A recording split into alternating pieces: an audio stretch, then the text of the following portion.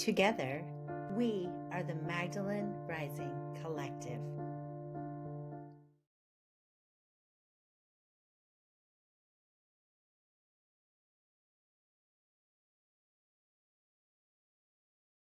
It's my honor to introduce our first speaker, which is Sandi Rufo. Sandi's a truth seeker, an intuitive channel, and a co-founder of the Magdalene Rising Collective.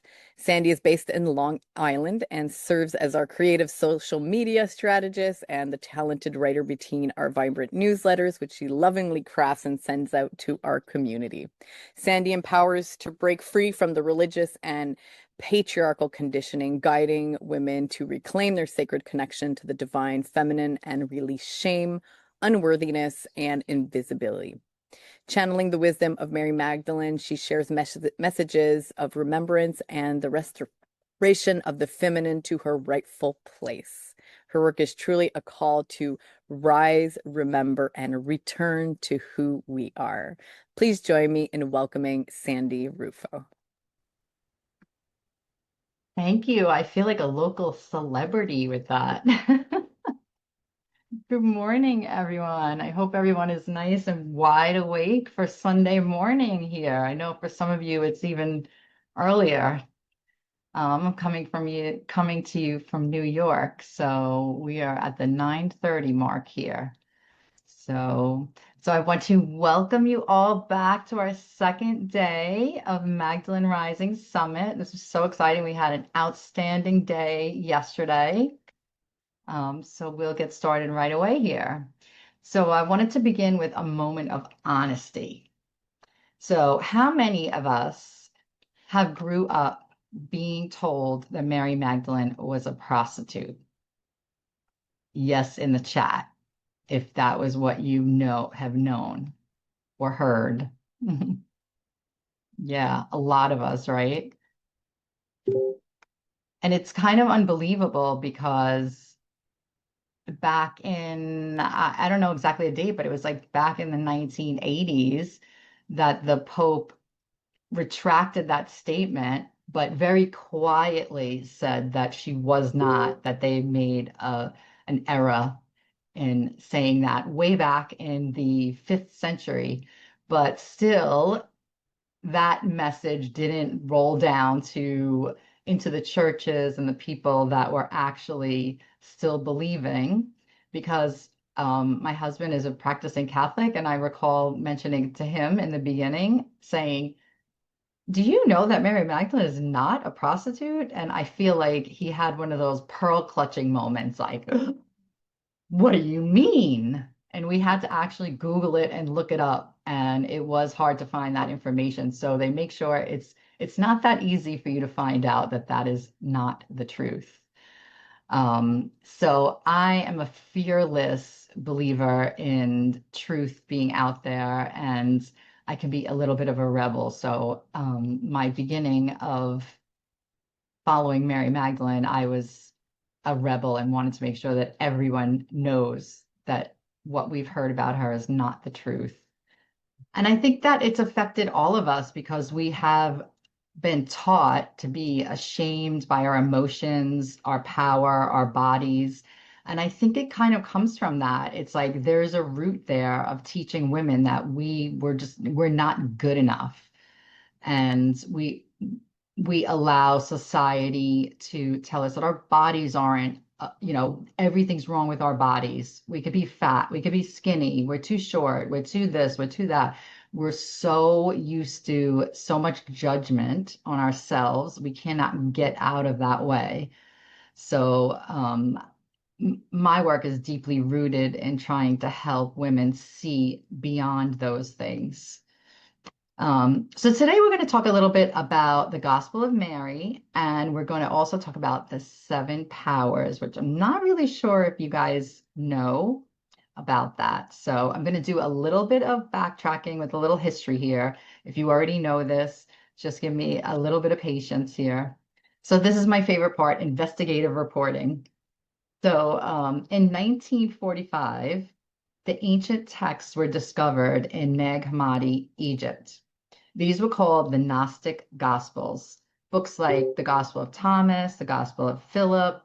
The church's stance on these gospels that were included in the Nag Hammadi jars was that they were not considered authentic, that they were written centuries, decades, I'm not really sure exactly how long, but within a time frame that was way beyond Jesus's lifetime, that those gospels were likely written by someone else, generations down the road. So they were not included in the New Testament. There's about 50 documents in that, the Nag Hammadi ones. So Jesus's message in those documents was deeply mystical and inward, often elevating women equally and pointing to a God that is within rather than a God to be feared. They spoke of gnosis, inner knowing, not dogma, doctrine, repentance, or sin. And I always think that that was really interesting how shocked people are when they find out that the 4 canonical gospels, Matthew, Mark, Luke, and John, were not written by Matthew, Mark, Luke, or John. And I don't know if everybody knows that, because I think we automatically believe it has their name on it. It is, none of them are actually written by those people. They too were written way after their lifetimes. So technically, there is nothing in the Bible that is actually written by the people that were supposed to have written it. So if you ask me, that puts the Gnostic Gospels in the same category as what was chosen for the Bible. I don't know why they chose one over the other, but we can only suspect that it was the messages that were in there. And because the church did not support the church did support the growing agenda for control, politics, patriarchy, and power. So letting people believe that they could reach God or the kingdom of God through themselves was a very heretical thought, because they needed to control the masses. And in order to control them, they could put this in place, and people would have to follow the doctrines, follow the dogmas. There's also something that says nobody can ever dispute what the church says. Ever. There is an actual document that says that. So that is crazy. Even if we find a million new things, there is a law that nobody can dispute that. So now back to Mary Magdalene's gospel. A lot of people believe that it was found with the Gnostic gospels, but it wasn't. It was actually found separately earlier in 1896 in Egypt in what's called as the Berlin Codex. And they often think they came together because the language is very similar. They have the same focus of gnosis and mystical. But that version, the Mary Magdalene's gospel, has been, I believe the date that they believe it was written was between 120 and 180 AD. So that means maybe a lifetime after Jesus. So that could be somebody that knew Mary Magdalene or walked with Mary Magdalene, somebody who knows of them. So like one step away. So that's probably one of the earliest Christian texts, probably earlier than any of the canonical ones. So I thought that was a very interesting fact. So in Mary's Gospel, which I highly encourage you to read it if you have an opportunity, is so chock full of phenomenal information. But it was excluded because it threatened their hierarchy. It taught that we don't need priests, we don't need temples to access God, and that a woman could be the most spiritually awakened disciple. They do not talk about any of the women as disciples, but in fact, we know that Mary had a group of women that walked with her the same way that Jesus had men walk with him. They all walked together. And it also contained that sin isn't real. Like that would just blow the church out of the water. In the gospel, the quote is from Mary, "There is no sin. It is you who make sin exist." Her gospel tells us that the path of God is inward. Salvation is not something to earn or receive. It is something we remember through the shedding of ego. Ooh, what's the ego? So you may have heard the story that Mary Magdalene was freed from 7 demons. But what if those demons weren't evil spirits? What if they're just patterns of the ego? So in Mary's gospel, she explains that Jesus taught her how to transcend the 7 powers. The 7 powers are the archetypes of the ego that try to pull us back into fear, shame, and control. Those powers are, and they sometimes can go from slightly different names, but they're generally the same thing. So we have darkness, the illusion that you are alone, unworthy, or beyond love. Clinging, the refusal to let go, the obsession with control. Ignorance, the ego pretending it knows better than your soul. Excess, numbing, overindulging, chasing worth through consumption. Enslavement to the body, identifying only with the physical and forgetting the soul. False peace, peace as in peace sign, of the flesh.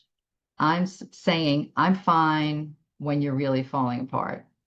And rage, suppressed fire or explosive anger that signals deep injustice. Megan Watterson, who wrote Mary Magdalene Revealed, reframes these not as sins, but as distortions.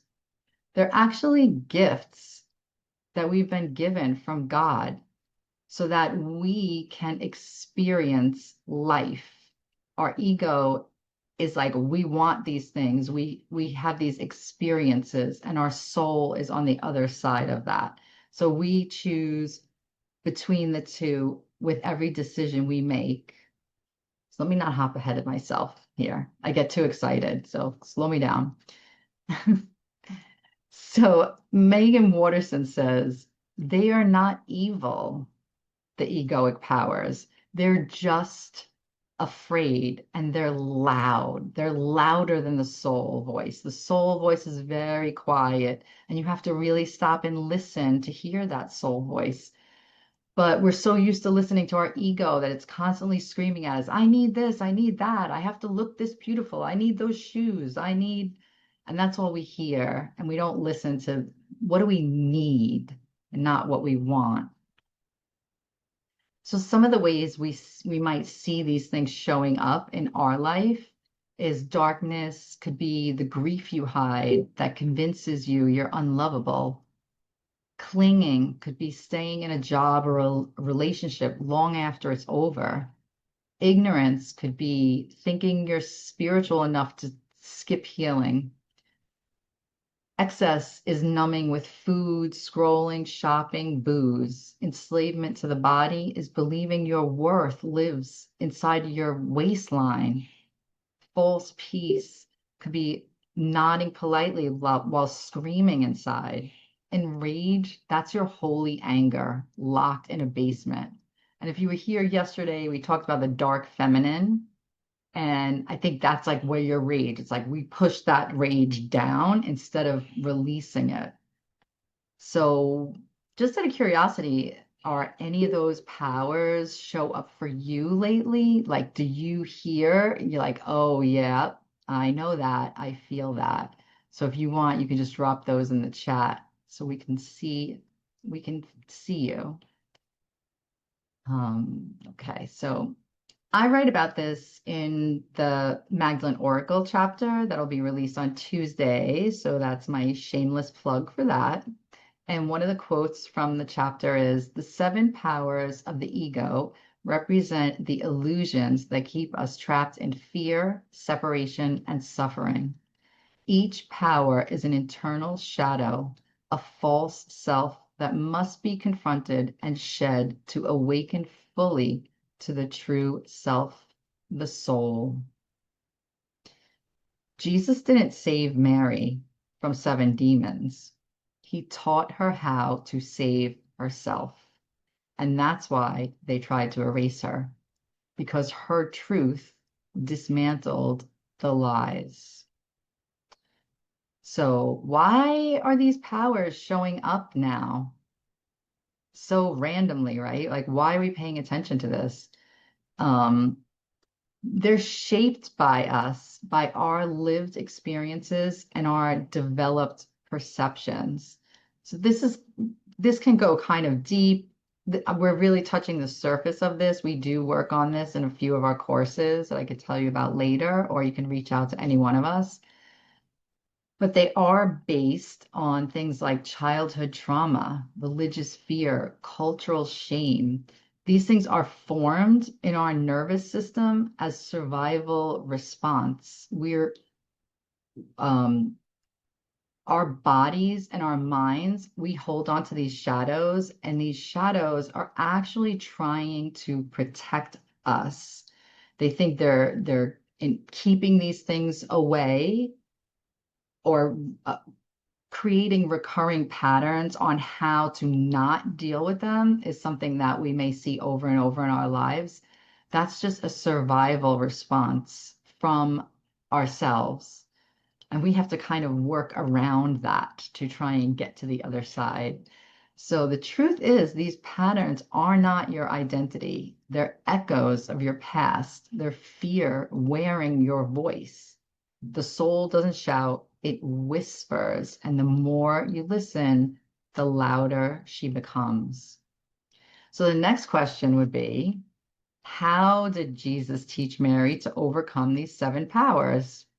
Right? We all want to know. This could be like the biggest, to find this out would be incredible, right? How did they do it? Well, those pages were ripped out of the gospel. It was like, and this is how it happens. Psh, gone.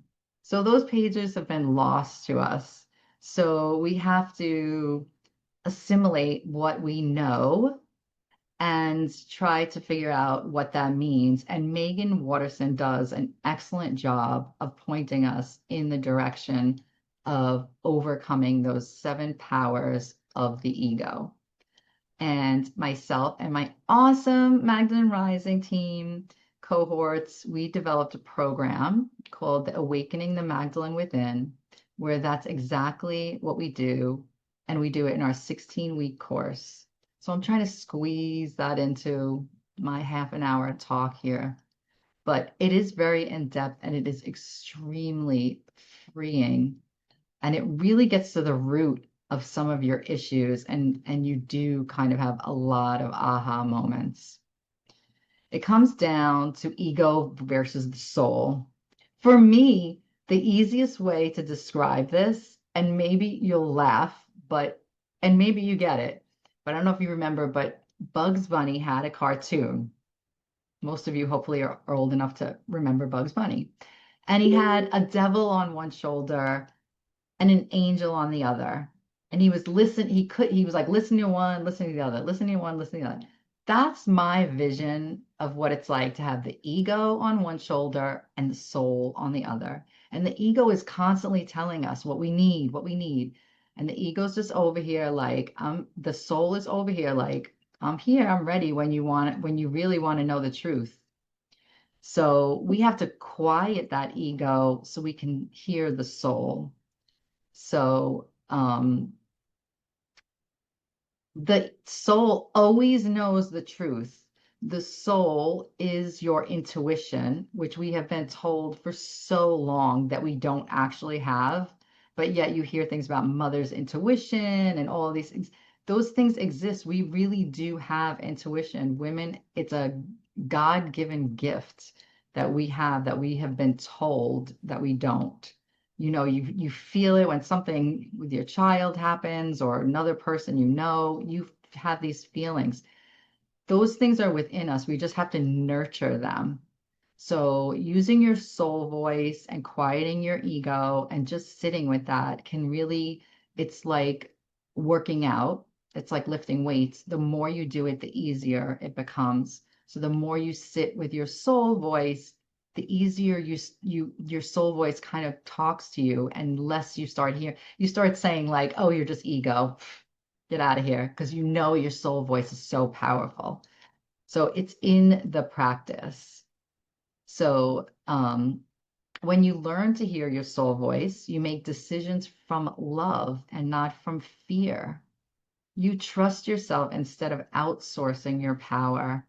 You soften into truth rather than performing perfection. This is the heart of the soul voice activation that we teach, is using your breath, your presence, stillness, and heart and soul coherence. It's a sacred practice. The more you use it, the more it becomes your compass. I find my ego speaks much less these days, and my soul voice is always pointing me in the right direction. So why does this matter now? It matters now because we're living in a world run by cognitive collective ego. There's capitalism, extraction, oppression, burnout. The world is just, everything's going to hell in a handbasket over here. Everything's, going crazy. And we're being called because we have to come in and level the playing fields. We're living in unprecedented times in a world overrun by egomaniacs, increasing industrialization and technology at a rate beyond what this world has seen, at least in our lifetimes. We're destroying our planet because of the masculine-led systems, and we're being called to remember our sacred gifts, the use of our soul voice to remember who we are meant to be and restore the feminine healing to our earth. It reminds me, it's like that song, I Can Bring Home the Bacon. We are the way showers. We are the ones that will balance the masculine and feminine so we can all live in harmony as God intended for us. The masculine has overtaken buildings, and buildings are going up upon our beautiful earth and making less nature, less nature, less nature. And we're starting to forget that we actually need nature. Nature is nurture, and it's being forgotten because of money and greed and the ego. So we need to listen to that soul voice again. That soul voice, if you start listening to your soul voice, I guarantee you start eating more vegetables. You want to be outside in nature. You start feeling this call, like it's like pulling your body, it's pulling your cells back. That remembrance is there. So I will be outside walking around singing I Can Bring Home the Bacon all day long, because we have allowed men to think that we've allowed them to take control. Well, we haven't allowed them, but they have taken control, and we have sat by, and it's time now for us to come forward and do something about this, take action. So that's my rant. I just did a little patriarchy rant for you guys, but so we do offer a soul voice activation, which it's something I do appreciate. I do it on a regular basis. I check in with my soul voice every couple of days and just sit with that. Is there anything I need to know? The practice is written up, and it's going to be in my chapter in the Magdalene Oracle book, which is releasing on Tuesday. But I am also providing for you, and somebody will pop it in the chat here, the soul voice. It's a recording of it. It's a little video with a recording. It's about 18 minutes, and you can do this on your own. And the more you practice it, the easier it becomes. So if you practice it a couple of times, you're going to start recognizing that you hear your soul voice more than the ego. You'll be very surprised by what comes through for you. So if any of this speaks to you, the powers, or wanting to understand more about it or work through those powers, deeper journey, we do have the Awakening the Magdalene Within, which is our 16-week sacred path where we walk you through the 7 powers. We do it all together.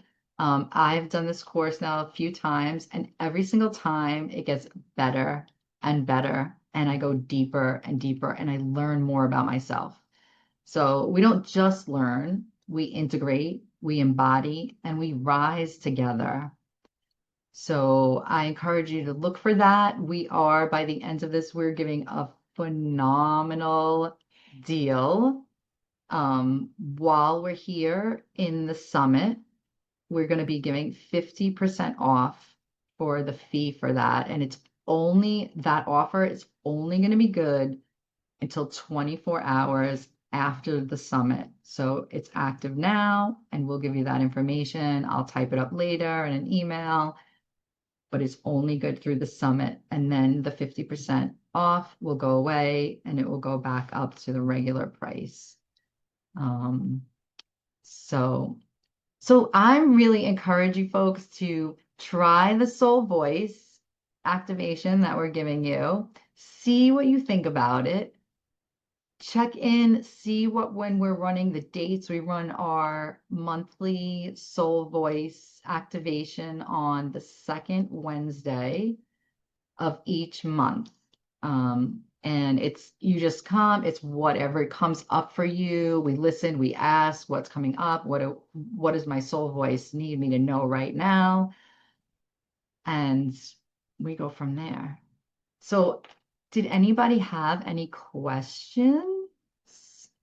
We have a little bit of time here.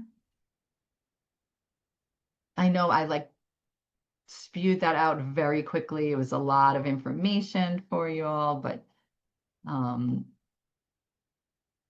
it's very, very interesting, and it's definitely something to think about. So I don't see any questions here, but I will be happy to answer them. Anybody, you can find me on Facebook. You can just 7 powers. Yes, absolutely. Go back here. They are darkness, clinging, ignorance, excess, enslavement to the body, false peace, and rage. And I just want to say, when we did the week of rage, I was like, I'm not a rager. You're not going to see anything from me this week. And everyone laughed. And I probably was the biggest rager. And now I need to go to one of those rage rooms because it felt so good to me that I'm like, I need to rage all the time now. It's like such a release that I never thought I needed. So you'd be very surprised. So let's see, is that all we had? I think that's all I had for you guys. We do have something else coming up. Andy, I have a question for you. Yeah. And also because our next guests aren't here yet. So we have to just talk a little bit longer because the next guests aren't in the waiting room as of yet. Okay. But I wanted to ask you, like, when you first dove into this, can you share about like the adjustments or the changes to what you received from the world and how, I don't know, I know that it profoundly changed you, and It did. It changed my relationships with pretty much everyone around me. Just to give you a little personal story, I had been suffering with some chronic illness issues, and I used to drink. I was like, at night, I would have to have, my glass of wine, one or two glasses, then I go out with my friends. I was a little party girl with my friends. And I just, I think going through these things, like I saw myself as who I really was. And I was like, ooh, that is not a good look for you. Like you're putting something out there because you think you have to be this party girl, or you have to be super fun. And I was like, I'm risking my health to be fun for my friends. And I was like suffering, for days after going out and having these nights where I was drinking. And I just, all my life, I have always been very social drinker. I woke up the next morning after going through the 7 powers the first time I did the program and just was like, enough. Like I heard my soul voice telling me like this, like enough. Stop listening to your ego. Oh, you have FOMO. Your friends are going out. You have to drink with them. You have to do this. My soul voice was like, you need to stop this. This is no good for you. And it's not good for your body. It's not good for your health. And I have in May 25th was a year. I have not taken a single drink. I just smell alcohol and like my husband's like, you must have hypnotized yourself because I literally cannot drink alcohol. But it just has such a profound effect on you. It greatly affected my relationship with my husband as well because I started to recognize that if listening to my ego, I was only listening to my point of view, which is based on my perspective. It's based on, and my perspective is based on my lived experiences, not his. So if I had a perception of him and what he was saying, we were never going to see things the same way because he had a completely different perspective than I did. And so it caused me to stop and recognize that, wait a minute, my perspective isn't the only way to view this situation. I mean, we hear it all the time. There's three sides to every story, you know, the two people and then the truth. So it's like I started to be able to see what my side was and what his side was and how I could meet in the middle. My whole entire perception changed.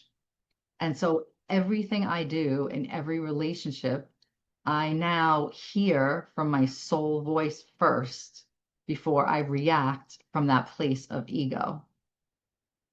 When I just want to buy things or I want to consume things, my soul voice will speak up first. You don't need that. That's not necessary.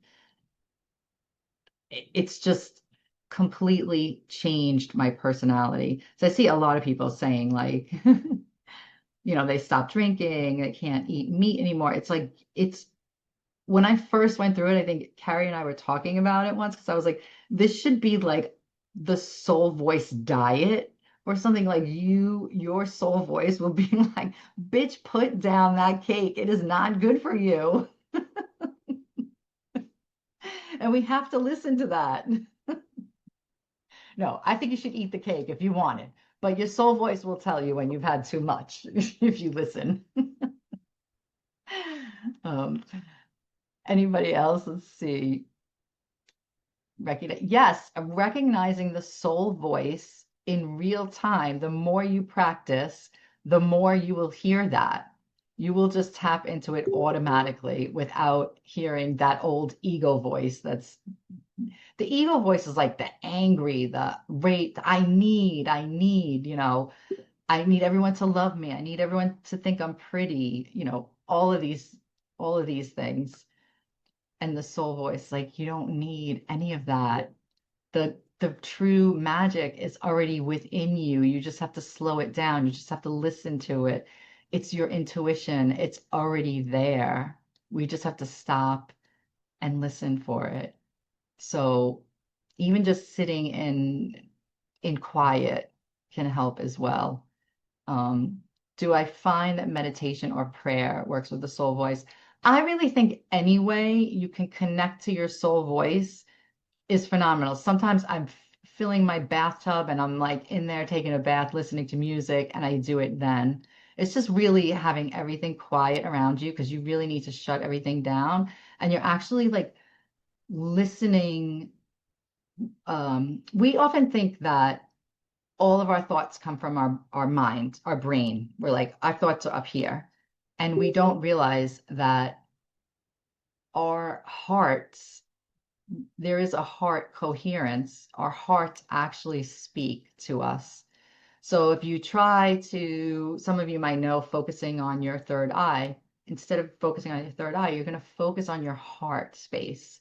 So all in here in your heart space, and you're focusing on that, and you're picturing your heart, you're feeling your heart beating, you're getting in tune with it, taking 3 deep cleansing breaths, and you're asking your heart and your soul what you need to know in this situation right now. And you shut everything out and you just listen for 5 minutes.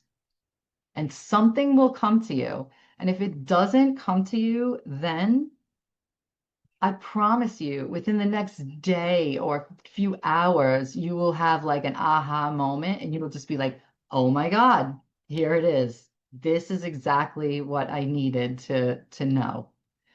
So yes, your soul voice, it is your higher self voice, your intuition. We all have many different ways of referring to it. To me, it's my soul voice. And I love being able to tune into that. It's like the movie, was that movie? Something Irene, Me, Myself, and I. It's like that. It's like there's all of us in there. There's me, there's my ego, and there's my soul voice. So who am I listening to right now? But anytime anybody wants to reach out, I'd be happy to go over some of this with you. I can work with you. I can explain it to you in a little bit more detail, and we can even do a practice or two. So if you're sensitive, is it hard to be in others' energy? I don't find it. I find once you connect with your soul voice, it's like there's nothing else out there. It's like some people say you feel like you're astral projecting. I see space like out, like stars and things like that. And it's just, there is nobody else around me when I get into that headspace. And I've been meditating for a long time. So it does take time to get to that place, but I know within a few minutes I will be able to get there. So, and the archetypes of Mary Magdalene, are they related to these powers? Well, Mary Magdalene is the one, Jesus, this is what Jesus taught Mary Magdalene, to use these powers to overcome. So the premise of the powers is that they're not actually bad. God has given us these egoic powers so that we can experience life. He wants us to be able to feel all these things. I'm referring to it as he. God put us here to live lives. And so we are here to experience all of these things and feel things, but we have forgotten the God aspect. We've forgotten our higher self. And, if you read into this, we are divine and human, and we do not recognize that divine part of us, but it is there. It's half of us. It's 50% of us. And then there's the human part.